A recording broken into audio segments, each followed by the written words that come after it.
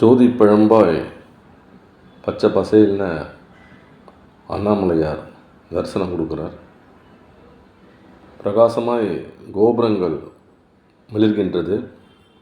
கோபுர கலசங்கள், கோயிலின் சுவருக்கு அழகான வர்ணம், கிரிவலப்பாதை, பேருந்து நிறுத்தமிடம் போன்ற பல தத்ரூபமான காட்சிகளை நம் கண்முன்னே இந்த கொலுவில் நாம் காண அமைத்துள்ளார். திருமதி ஜனனி அண்ட் திரு கார்த்திக், வாழ்த்துக்கள்.